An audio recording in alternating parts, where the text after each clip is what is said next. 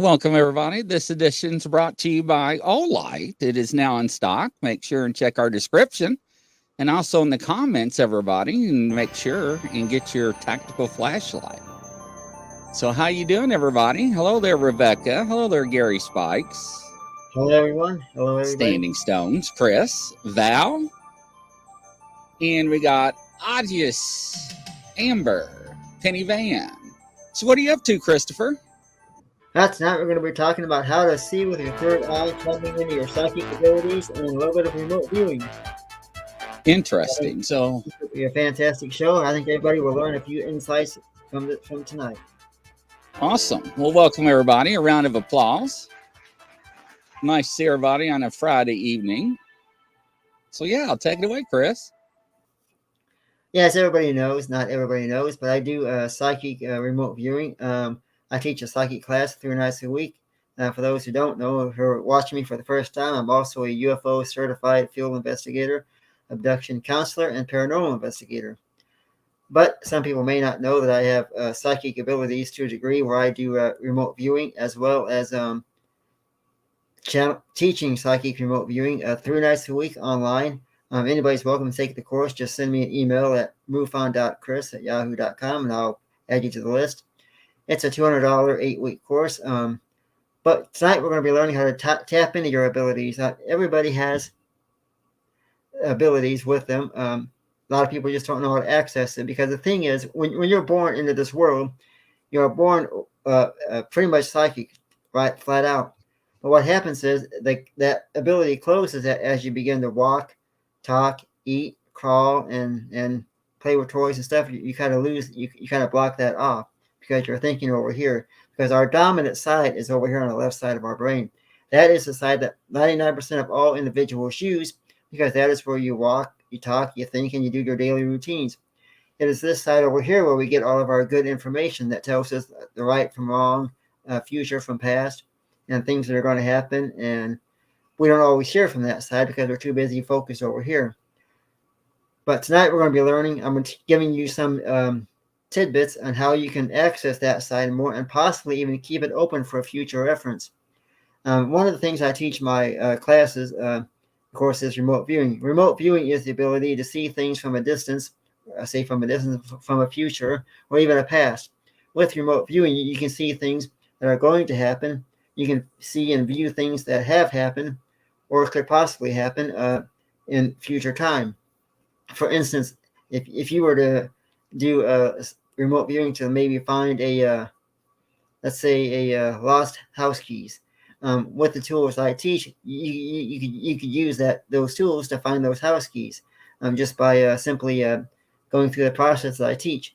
But there's a simple way everybody can figure things out for themselves. That is by tapping into your right side of your brain more.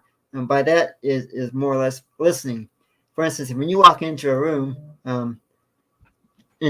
ask yourself, what does it feel like? Does it feel positive, negative? Is it happy? Is it sad? And remember those feelings, because every time you walk into a different environment, you're going to get a different feeling that's going to come to you. You might get a good feeling, an eerie feeling, negative, positive, happy, sad feeling.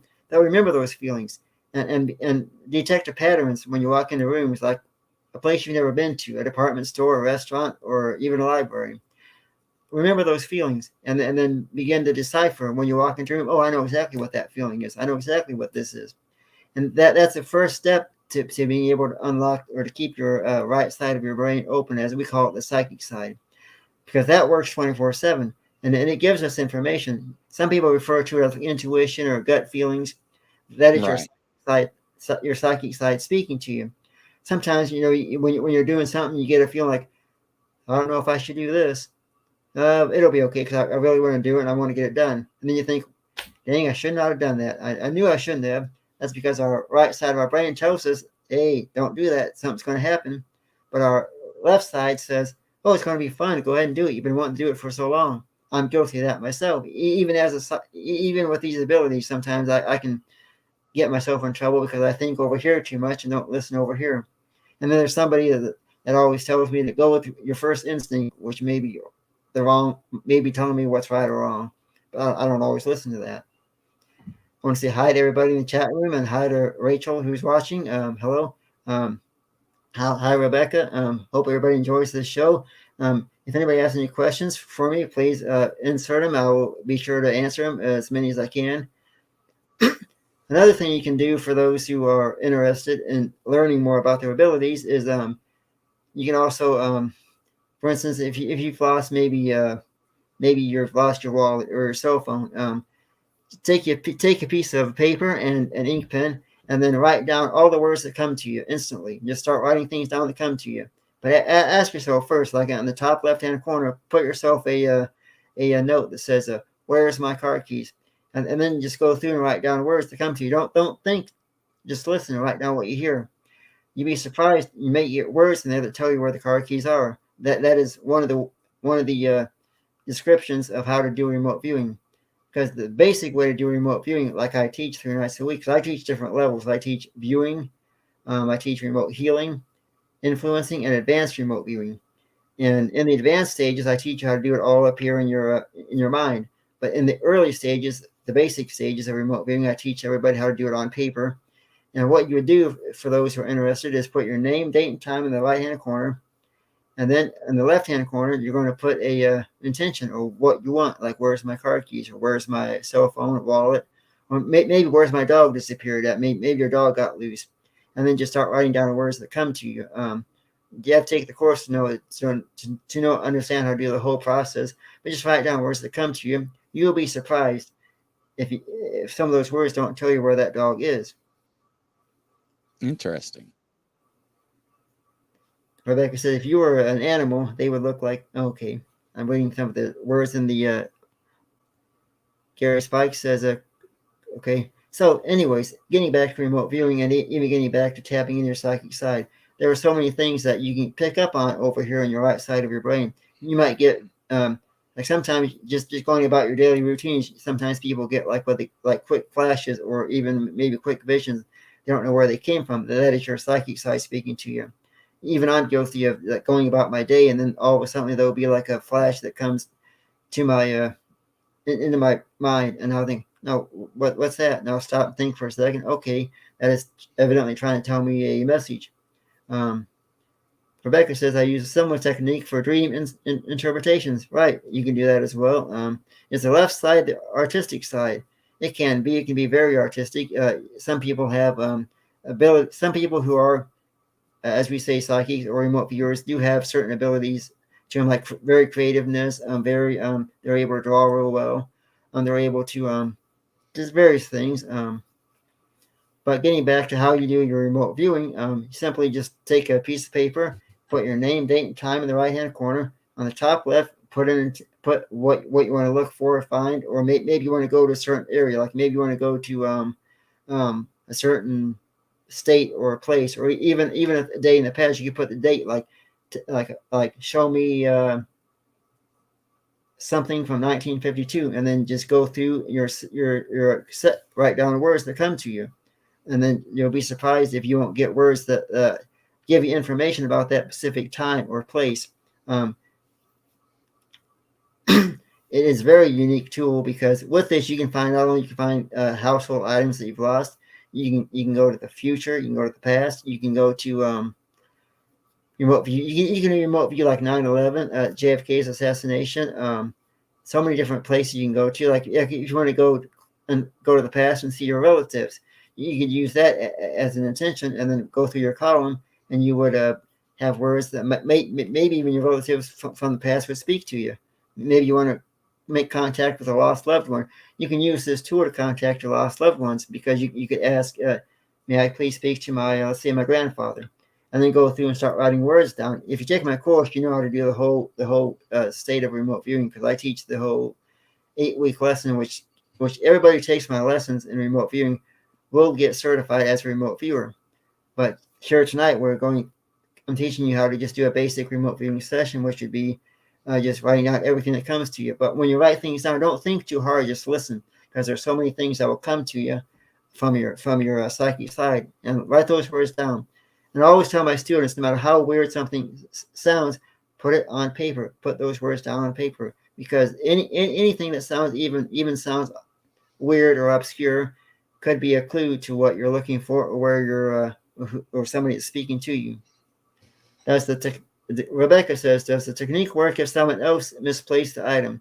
We're always looking for grandsons, granddaughters' toys. Oh yes, oh yes. If your grandson or somebody lost a toy, you could go through your sessions and just put on the top left corner, just put where's my grandson's a Sesame Street toy, and then just go through and just start writing words down that come to you. And then Well, a lot of people dismiss when they think of something. Okay, like, oh, I misplaced my car key, since everybody loses that. And all of a sudden you start getting images. It's like flashes. Right. And one of the cases I did last year, which is very unique, that I really enjoy doing, was looking for a missing child. And I was able to, going through my sessions, I was able to do about 12 pages of remote viewing. And I was able to get like a drawing of where the house was, the color of the house. I was able to pick up on where the girl was in the house, and different things about her, and make sure she was okay. I even did a round of remote healing to make sure she was healed properly if she was hurt. And then I did influencing to make the person who had committed the crime feel guilty, or perhaps turn himself in.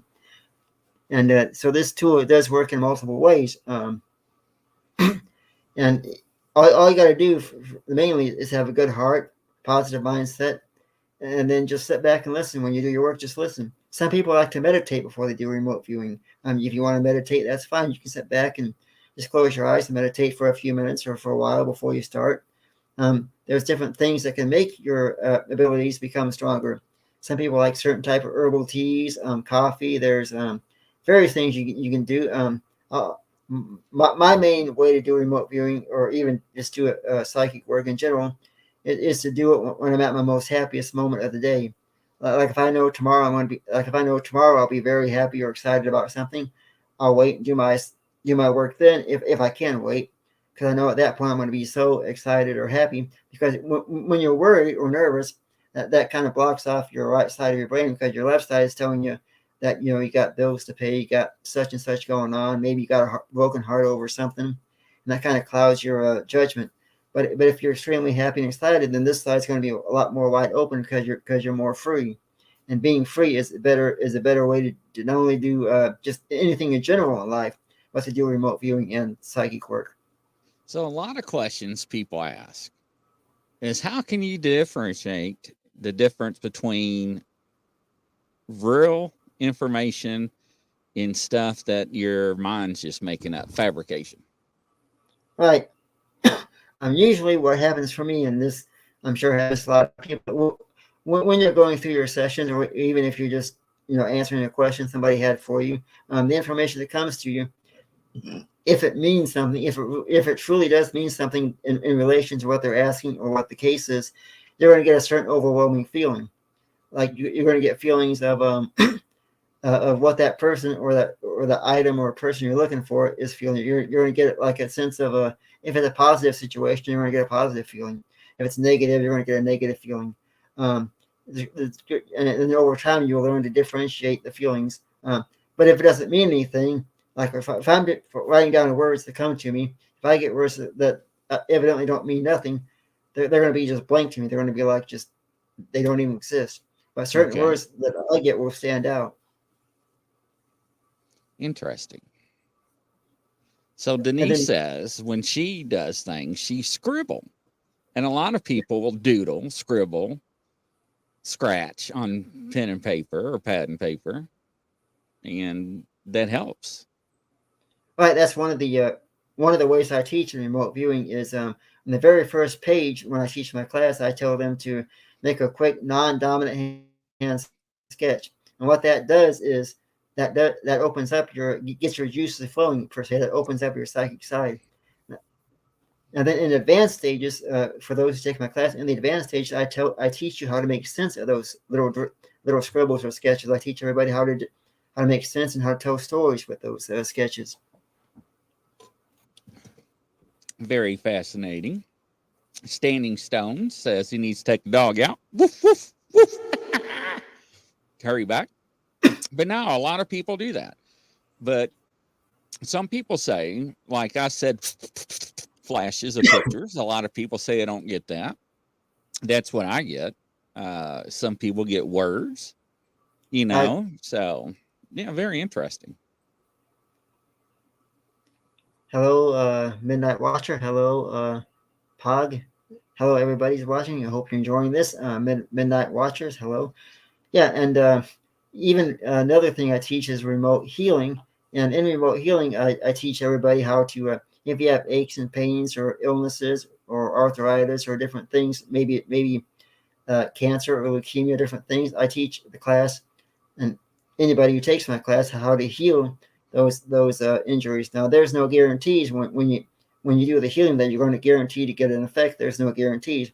However, pretty much will promise my class that when you put your heart and soul into the healing work, you're bound to make some kind of an effect.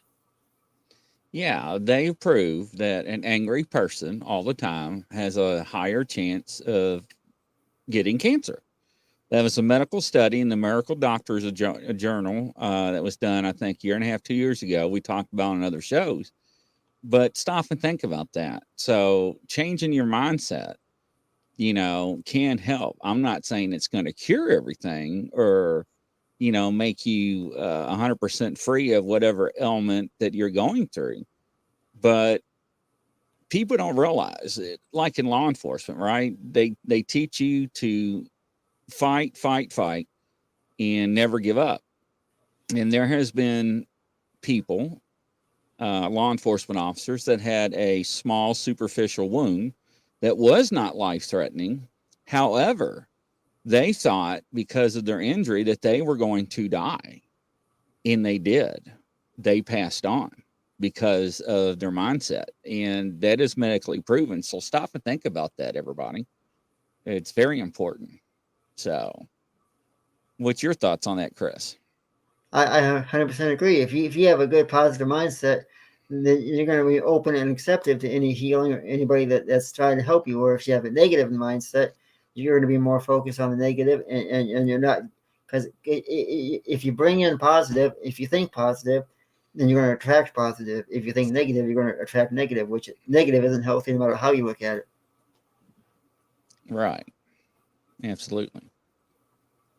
And I also tell my class that, like in some cases, if somebody needs a healing or needs a viewing done, if you get a group of students together and they all do the same work, or even at least around the same time, that's going to increase the field of healing or viewing, which you could gather in more information or could help the person in more ways. I do believe in that. Absolutely.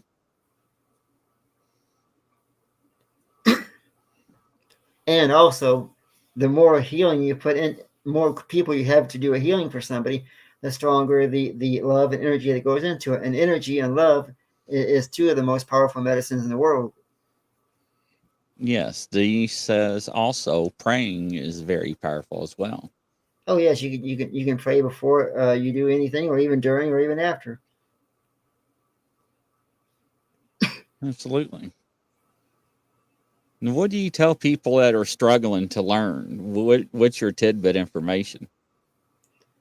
Yeah, if people who are struggling to learn how to tap into their abilities, I always tell my students, and even in general, I would tell a person, just relax and go with what you feel, because a lot of times your feelings are going to be your best way to access your psychic side, because feelings are is, in a way, it's like your psychic side speaking to you. Because a lot of times you walk into a room or an environment and you get a feeling and you think, "How I don't know about this." Well, ask yourself, why do you feel that way? And then listen to what the answer is. Or if you feel maybe something is very great, you feel like, oh, this is going to be great. Ask yourself, why do you feel that way? Because I always tell my students when they're writing, when they're going through their sessions, and they think it's this or that, I tell them, write down why you feel that way, and that's because there's going to be clues in there that's going to explain everything. Yeah, a lot of people get discouraged. Just stop and think about riding a bike. You didn't ride it the first time you was on it. You fell, you scraped your knees, you got band-aids and bruises, and it was tough, but you kept on. Same thing with this. Am I correct, Chris? Oh yeah, never doubt yourself. I make that very clear in all my classes. I've taught over. Shoot, I think I'm getting ready for my 73rd class this Sunday, and I always tell my students, don't ever doubt yourself, because if you doubt yourself, that's the first step in not believing in yourself. Believe in yourself. We had a student last week in class. Like, this is not a joke. This is a true story. The assignment I gave them was to remote view a restaurant in Springfield, Illinois, called Charlie Parker's. It's a restaurant that's built out of a Quonset hut, and they're known for their horseshoes and great big pancakes. Anyways, good food. Um, Mhm. but the object was for the class to remote view that restaurant, and there was one person in class. Everybody did good, but there was one person in class in particular. She pretty much nailed the assignment. I mean, she had the drawing, she had all the words. That everything was perfect about that restaurant. She nailed it perfectly. And when the following week, because I always give the assignments at the end of class, and then the next week we go and we review how everybody did. When she found out what the target was that she was supposed to figure out, when she saw what it was, she about had a fit because she could not believe how well she did. I mean, she was almost in tears over it. Oh wow. Interesting. And You so, gotta believe it. And I tell people, not every time you're gonna be right either, ladies and gentlemen. Is that exactly. correct, Chris? Yeah. Well, yeah, you won't always be right. I mean, here's the thing I always tell my class: even if you didn't nail the target, even if you weren't perfect on your assignment, go back and look at your words. 'Cause you may have words in there that show you what parts you were high at and low at. Because in some cases, you can get fixated. Like, maybe we're supposed to remote view let's say a glass, a glass. Okay, you might get fixated on things around that glass, like maybe the computer screen or a table or chair, and you start describing that, and you get off course. But if you do get off course, just always tell everybody, just drop your pencil down, get up, walk away for a few minutes or even a few hours, come back and start and finish or continue, because sometimes your mind can get fixated. Like, there was a woman, this was years ago, but the object was they're supposed to remote view the Wright brothers a flight that they had years ago, back in wherever that was. And this one girl remote viewed not the flight itself, but the clothing they were wearing, because she loved clothing. She remote viewed all their articles of clothing and missed the flight entirely. You can't get fixated, but if you feel like you're getting too one sided, just drop your pen or whatever, walk away for a while, come back, and then pick back up and get back on course. And then when you get done, I always tell my students, when you get done with this, with an assignment or a course or a test, and go back and highlight the words that you were best at, or the parts that you did get correct. That way you know where your highs and lows are, and what you need to work on. That is correct. Absolutely. Denise says, and don't think too hard. Just go with the flow. Exactly. Just go with what you feel. Write down whatever comes to you. Don't ever think when you're doing your work. Like I always teach my class, don't think too hard. In fact, don't even think at all if you can. Just go with what comes to you. Just write it all down. No matter how weird something is, write it down. I've been in so many situations where I'm to the point at times when I'm doing my work that it's usually for me, once I get tapped in, I'm in, and then I can do 10 or 12 pages of viewing, because once I get tapped in, I'm locked in. And one thing I will get to here in a second is the dangers, because there is dangers when it comes to remote viewing as well. Yes, and a lot of people sometimes don't think about that. And what are some of those, Chris? Yeah, the dangers, you got to be careful, because you can sometimes get so involved in a case or an assignment, you can start taking in those other people's emotions that you're reviewing. Like, maybe you're remote viewing a murder case, or you're remote viewing a maybe a cold case, or just even for a lost child or a kidnapped victim. You can take in that kidnapper's emotions or feelings, or you can take in that child's emotions. And there was one case I did last year. It was for a paranormal episode, but I did some remote viewing in the house, and I was darn near in tears, because the person didn't know he'd passed away, and he was still in the house looking for trying to get his family's attention. And he was upset because they couldn't hear him, and he was crying. So I started to get emotional, because like I could feel what he was feeling doing my work, and that can't happen. What I always tell the class is, when you get done doing reviewing is make sure you cleanse yourself, get up, walk away, and tell yourself, okay, everything that happened here is not me. I'm not that person. I'm not part of that environment no more. I'm done. And then make sure you don't take anything home with you because you can get angry, you can get upset, you can get very aggravated, you can get emotional because that's how the people feel that you're doing this the viewing for. Susan F. asked you, Chris, how did you learn your remote viewing techniques? I learned remote viewing from the International Remote Viewing Association through the courses that I took years back. And of course, I was born with a little bit of an ability, but a lot of what I do is using remote viewing. And sometimes I work with my spirit guides and ET extraterrestrial friends that assist me on cases and stuff. But I learned through IRVA, which is a great place to learn. Interesting. Good question, Susan. Nice to see you. Welcome, Linda. Nice to have you. So what other tidbits can you help people out with? Oh, yes, definitely. There's several different tidbits besides being able to teaching yourself to just walk into a room and identify feelings that you get from different areas. But you can also, some of the things you can do with remote viewing is to teach yourself, is to go with, like I always say, go with what you feel, of course, go with your gut feeling. Thank you, Linda. Go with your gut feeling, but also you can also practice closing your eyes and viewing a site. If you got something that you want to look for, maybe an item, or maybe you just want to go on a little vacation.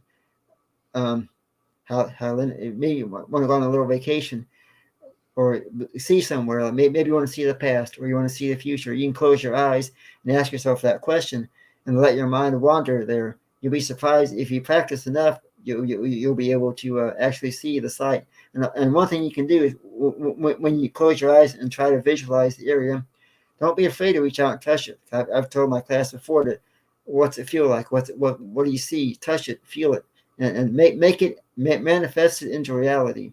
If you manifest your visions into reality, you will become part of that area or that place. It's almost kind of like channeling, or not so much channeling, but more or less putting yourself in that area.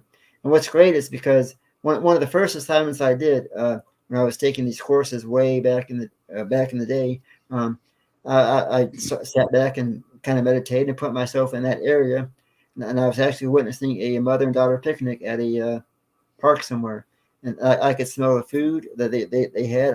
I could see the activities going on. It was unique. And so a lot of times when I'm doing a session, like for a case or something, I'll close my eyes, put myself in that environment the best I can, and I'll kind of walk around. What do I see? Reach out and touch it. What does it feel like? What does it taste like? Is it hot? Is it cold? And then come back and put my words on paper.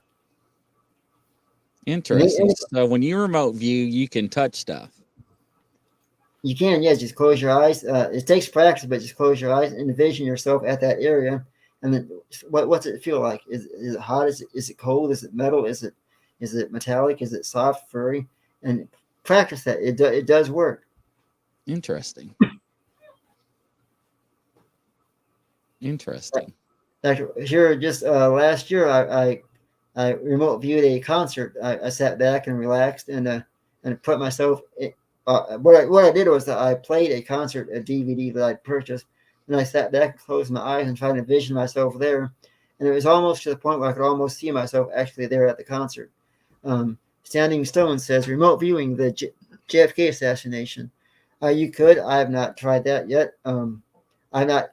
One thing you got to be careful is when you remote view, if you put yourself at a target or put yourself at an area, be careful because you don't want to interfere or interact with events that are supposed to take place.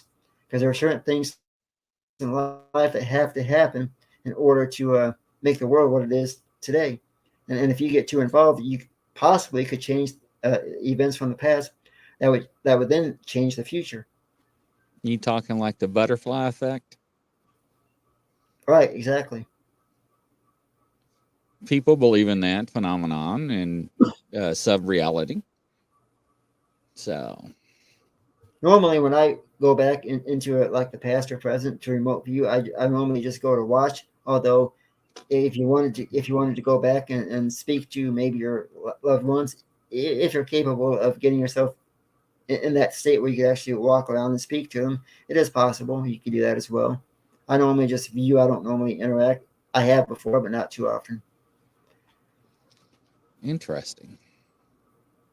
And I will say, if anybody listening, if they want to take my remote viewing courses, send me an email at mufon.chris@yahoo.com. Soon, we're going to be launching a website which called Otherworldly Insights, and there'll be a sign up there where you can sign up, pay, and take my courses through there. And I teach viewing, healing, which is the second course. You got to do the viewing first, then there's healing. Then there I teach remote influencing, which is the ability to make people or make objects and places and things maneuver around different things. And then I also teach advanced viewing, which is the final course. And in advanced viewing, I teach you all how to do it up here in your mind without having to use pen and paper. So, what do you think about deja vu? Yes, deja vu. Excuse me. It's very it's been around for a long time, and it's usually when a person feels like, okay, I've done this before. I feel like I've had this conversation before. I feel like I've been here before. I've had that numerous times. In fact, I just had it recently. I don't remember exactly what I was doing. It was just within a week or so. And I felt like I'd already done this once before, which maybe we did. I mean, there's a possibility that maybe we've already done some of the things we're doing now. We just don't know it. I can't guarantee any of that, but if you ever have deja vu, stop and think for a minute. Okay, now when is the last time I did this? And if you can't successfully answer that, then maybe you haven't done it. But if you really feel like you have done something before, but you're doing it again, yeah, you probably have. Deja vu does have a strange effect.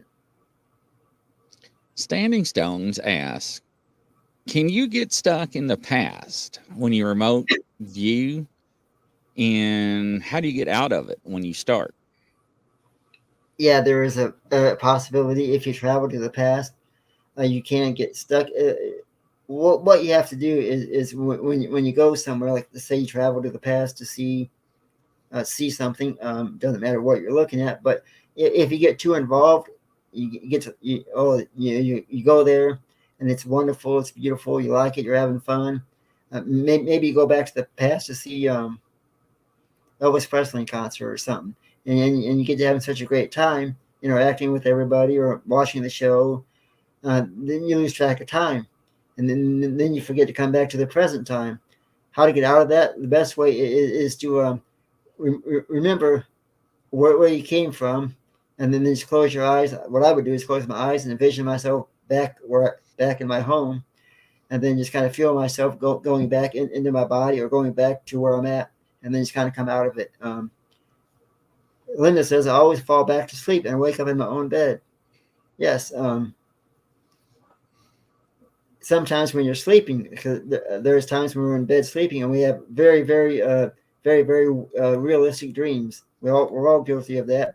Sometimes in your dreams, your dreams can even become reality. Like if you're sleeping at night, your dreams can become like you're really there, and you could be that your dreams are taking you back to the past or to the future, and of course then you wake up and you think, now was I dreaming or was that reality? And what I always tell people is, if you have dreams that seem real, seem very real, as soon as you wake up, write the information down, and then that way you can go back and look at your dreams from over the last week or 2 weeks or even last year and detect patterns, and you might be surprised if there's not a message there, or maybe you really were there. A lot of people don't write down their dreams. They think they can remember them. But a lot of people also do not understand that sometimes that dreams do cause patterns, whether it be something about the future, something about the past, your loved ones coming to see you, and so forth. Is that correct? Oh yes, I've had dreams where I've had like my grandfather or even my grandmother in my dreams, and of course some people might say, well, you're just dreaming. Well, in the dreams, a lot of times there'll be like an embracement or a hug, or there would be like a certain thing that makes me think that maybe they were there to let me know they're watching over me, or to let me know that they're to check up on me, because even here in reality where I'm at, there are times I smell the smell of my grandfather's cologne or my grandmother's perfume or whatever, and I know they're there. Just like last week, for instance, or 2 weeks ago, I guess it was. I was in my other home, and in that home where I was at, I honest to God, I smelled my grandfather's old cologne, and at first I didn't realize what is that smell, and I realized, okay, it's familiar. Oh, I know who that is. My grandfather. And the smell was coming from the same chair that he always sat in. So I knew he was washing. I knew he was there, probably maybe watching over me or just having a cup of coffee like he used to. Right. Yeah, a lot of people don't think about it, but if they do, Linda says, after journaling my dreams, I realized that one that was about a past life that have that deja vu quality. Very interesting. Oh yes, and when you go and try to tap in your psychic your abilities, your psychic side, numerous things like I said you can do is not only start to detect patterns in rooms, like what does this room feel like, what does this place feel like, and then study those patterns. And then also, if you want to, maybe you're looking for car keys, a cell phone, or wallet, or a lost dog, or even a lost child. Don't be afraid to close your eyes and try to envision where they're at, and then reach out there and see if you can touch and feel, and look around. I always tell my students to look around. If you see any symbols or signs, or street signs or buildings, write that stuff down. Come back when you come back, write it down. Because if you don't write things down when you're dreaming or when you're meditating, you may forget. Because even I've been known to come back and shoot. What was that again? Right. No, absolutely. I've done it many times. How many times have you sat there and realized somebody's going to come by? Somebody's going to knock on the door. Somebody's calling you. You know who's calling you. Just think about that. A lot of people don't even think about too much of that. So it's Yeah, very interesting. when I was growing up as a kid, there were so many times it was like, I know this isn't going to work, or I tell my parents, I know this is going to happen, or I know this, or I know that. And then, of course, sure enough, it would happen. And then, of course, I try to tell them, hey, watch out, he's going to come, or this isn't going to work. Oh, how do you know? Oh, I got a good feeling, or I just know. Yeah. Let's see. Audiocicious. I'm trying to read through my trifocals here. I joke and tell people I have ESPN, right? Yeah, Linda, that's so true. My favorite dreams are when I make up card games. Sometimes forget to write them down. Denise says, yes, Grizzly, it happens to me a lot. So, and there's times where, well, everybody knows me, but I already know the answer to the question. Somebody's going to even tell me. So it's like, it's interesting. ESPN. I caught that. So, yeah, ESP. I'm just as ESPN. bad. Yeah, Oh, yeah. I'm just as bad. So, but no, Yeah. it really is. So everybody out there that's watching, if you want to practice tonight or this weekend, two things you can do. Number one, if you want to practice your abilities, take a piece of paper, a blank piece of paper, put your name in the right hand corner, and then in the left hand corner, put in your intentions. Like, what do you want to do? Do you want to, like, what's going to happen this weekend, or what's going to happen Sunday, or what, or is it any question you want to know? Then sit back and meditate for a few minutes or whatever. Then when you come back, start writing things down. Everything that comes to you, just write it down. Make a whole list. You can write as many words as you want. Then over the weekend or whatever, see if any of that came true, because you'll be surprised what your abilities or psychic side is telling you. You might have 20, maybe 30 words written down, and a few of those words, you'd be surprised they may actually come true. That is one way to test your abilities. It is absolutely. So it's been great. It's been a fascinating topic.